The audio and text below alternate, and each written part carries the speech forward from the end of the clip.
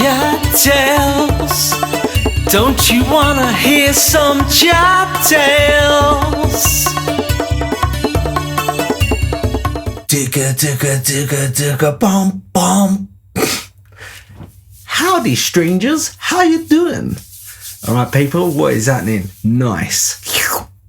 Okay, so we've been thinking about stories to tell, and I've thought of another sort of fishing inspired video. Well, these are made as YouTube video file things, but there's no video actually involved. It's just me talking.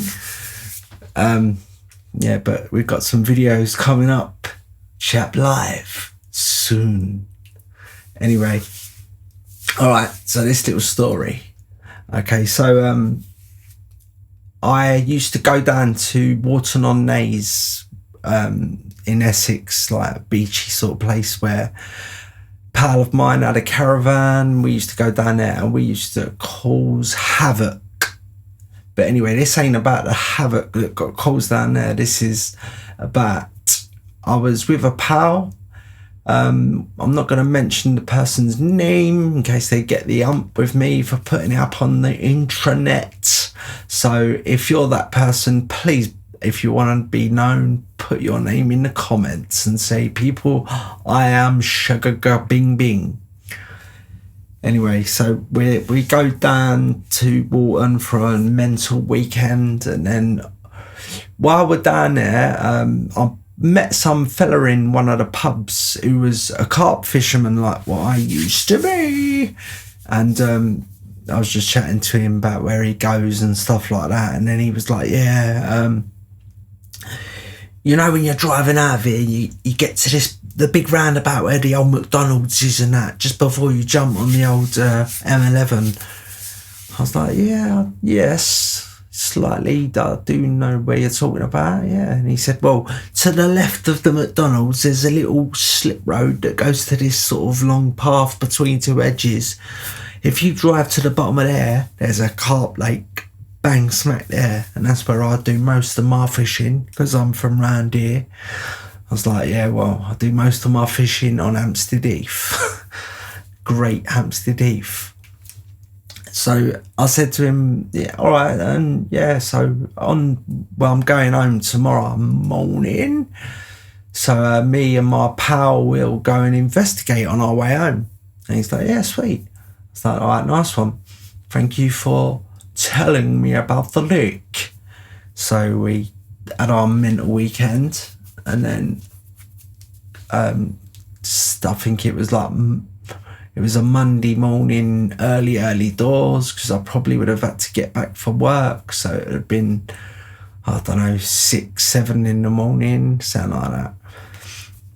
So we set off, we leave Walton and we get to this roundabout, and just as he said, to the left of the Donald's is a like a little slip road that goes somewhere. So we decided to drive down it.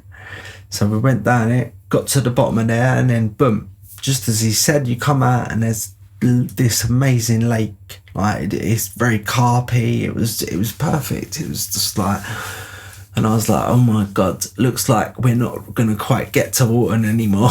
We're just going to get as far as this roundabout and then go fishing. So we was looking anyway, in the car, we're looking around and that. And then I looked at it's like it had slopes going down to the lake all the way around it. But I was looking and I thought that I would be able to drive around the outsides of this lake and then stop off at certain points where we could get out of the car and go down and investigate things. But yeah, I was a bit wrong because we set off, checked out a few places, went round the other side, checked out some more, got round to the final bit before we turned back to the bit we was on in the beginning. And we're driving along, and then there was this bit, and there was a sign up sort of saying, oh, there's work being carried out, so please don't drive your vehicles down this bit. But what it meant was I'd have to reverse, and I wouldn't be able to turn around because basically, do you know what I mean? I'd have to reverse the whole way back the way I came in, like, and I just didn't fancy that. So we was looking at it, and it didn't look so bad. It looked a bit muddy, but I just thought, yeah, this is all right. I think we'll get away with it. So we decided to try and drive across this very muddy area. And anyway, so we go on across, and then I can feel like I had to spin the wheels a few times because we were getting a bit stuck. And then all of a sudden, it got to this section where I just sort of went over the side of the slope that goes down to the lake, and my car just starts sliding sideways down this hill, like, and I'm just looking, and I'm like trying to get out of there. My wheels are getting buried in the mud. I was like, oh my God, we're going in the lake. So my pal has undone his seatbelt, and he's put his window down, and he's jumped out the window. I was like, oh, thank you, cheers, you know what I mean? Like, so I don't know what's happened to him, but so in my head I'm thinking, right, if this motor goes in the water and that water's deep, there's no way on God's earth I want to be having a seatbelt on, so that came off, and I want all the windows down, because, do you know what I mean, when you're in the drink, you might not be able to put the windows down because they was electric windows, and it probably would have, I don't know, not good. So anyway, I put all the windows down, I've took my seatbelt off, you know what I mean, so I was ready. If I went in the drink, I could swim out of this window, you know what I mean, like. And I'm there, I'm just like thinking to myself, well, I'm going to keep trying to save my Ford Mondeo before it goes in the drink. And then it was so funny because I slipped down to some bit, and then there was these two bits of concrete like in the floor, and basically the second my wheels went over these two bits of concrete, yeah, I just hit the throttle and acceleration. And basically, where my wheels spun on this thing, and they got the mud off the wheels and that, and then the minute they gripped, I just shot back up this hill, and basically out of danger. And I was just like, thank you so much, man, thank you. So I'm back up on the good bit of the path, like ready just to go on, right? So I've done the windows back up, and then I've looked in my mirror, and I can see my pal was basically, he looked like a mud man. He was covered in mud. Where he jumped out of the motor, he jumped right in a big mud pool, and he's coming back to the car, and like, so I'll start driving. He's like putting his hands in the air, like, what's happening? What's that? You gonna wait or what? So I just kept driving. Got round to where the gate is, like where you go back out onto the roundabout where the motorway is and all that. And I pressed lock on the lock, so it locked all the doors. And he's come over, and he's trying to open the door, and it's locked, like. So I've undone the window a little bit where he is, like, and I said, "There's no way on God's earth you are getting back in my car looking like that. There's no way. Do you know what I mean? You can walk home for all I care." And he was like, "Oh, you're bang out of order, mate," and all that. I said, "I'm bang out of order." I said, the minute you thought we was in danger, you was gone, mate. You jumped ship straight out the window. You was gone. You know what I mean? If I'd have gone in that pond, you'd have been probably laughing at me. You know what I mean? So yeah. So I basically said to him, "Go and clean yourself, mate, because you ain't getting in this car until you are clean." And I said, "Any muddy clothes, I've got some plastic bags here. You're gonna take them off, put them in these bags, tie the bags up, and we'll put them in the boot until we get home." You know what I mean? And he was like, oh, like right pissed off at me and that. But there's no way on God's earth I'm letting that fella in my car. The way he looked, it was in his hair. There was mud in his hair.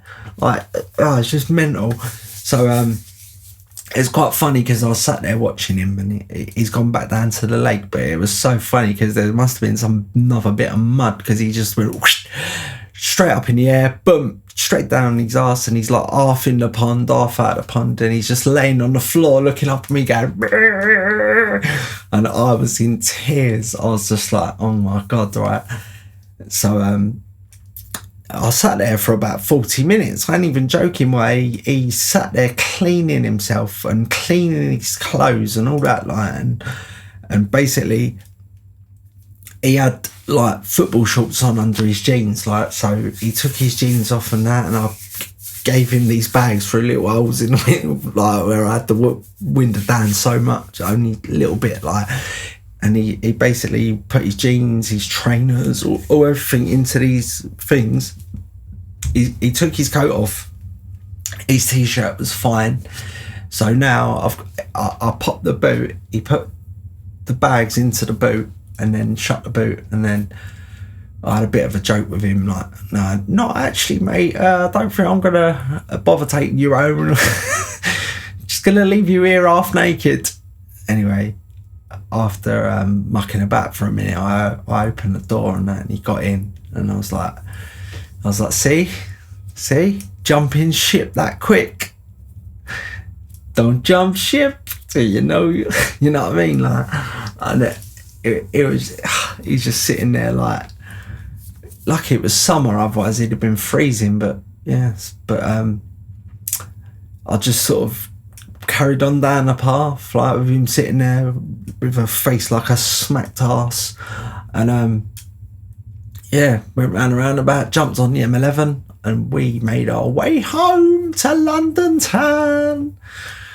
Yes, but it was proper funny to see how, like, do you know what I mean? When we got back to Ingester and that, and I dropped him off wherever I was dropping him off, and then he got out, like, and I got out and I took his stuff out of the boot and then give him these bags. And he looked like he was never going to speak to me again.